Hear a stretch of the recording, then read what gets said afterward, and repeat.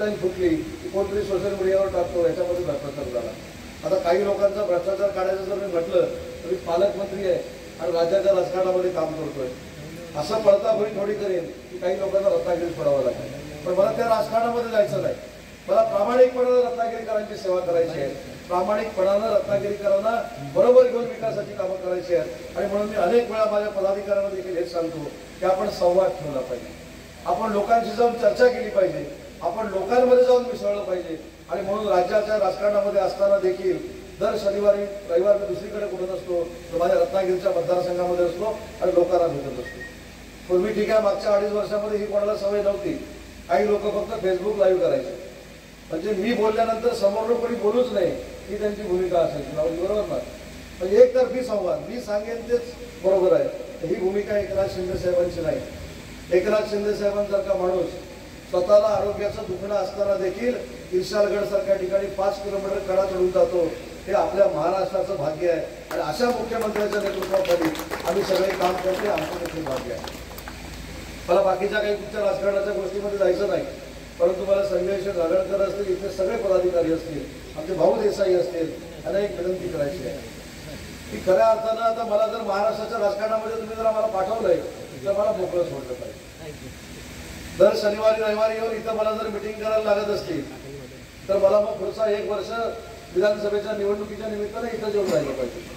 माझा संपूर्ण मतदारांवर विश्वास आहे, 100% माझ्यासारख्या कार्यकर्त्यांना त्यांनी स्वीकारलेला आहे. फक्त तुम्ही लोकांपर्यंत पोहोचणं आवश्यक आहे. आणि तुम्ही जर लोकांपर्यंत पोहोचू शकला, मला खात्री आहे मागच्या वेळी 90,000 मतांना निवडून आलो, त्यावेळी 1.5 लाखापेक्षा जास्त मताधिक्यानं निवडून देणार ही देखील काळाकाळावर.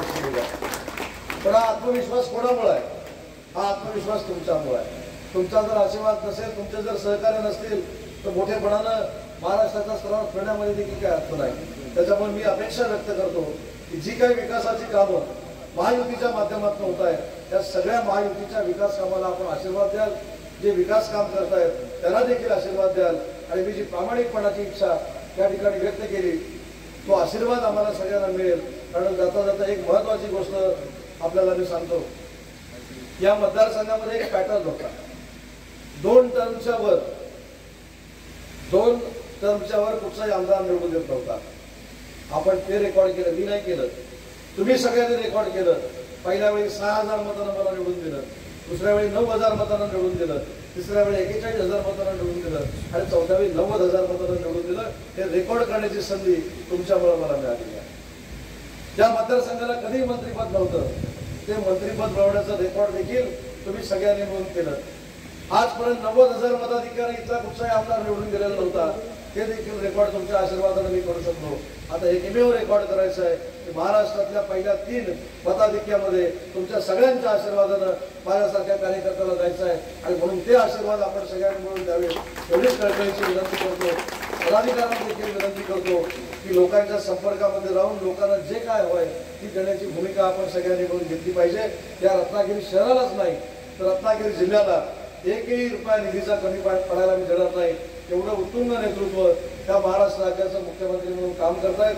त्यांची आपल्या सगळ्या रत्नागिरी जिल्ह्यावर, रत्नागिरी पूर्ण मतदारसंघावर कृपादृष्टी आहे. आपण किती पद्धतीनं चांगलं काम करतो हे देखील भविष्यात पदाधिकाऱ्यांचा काय म्हणतात त्याला प्रगतीपत्रक आले हे मुख्यमंत्री तपासणार आहे. आणि म्हणून फक्त जनतेनं घेण्यापेक्षा आपण देखील जनतेकडून गेलं पाहिजे. म्हणून आपण सगळ्यांनी मिळून कार्यरत राहावं एवढीच कळकळीची विनंती करतो.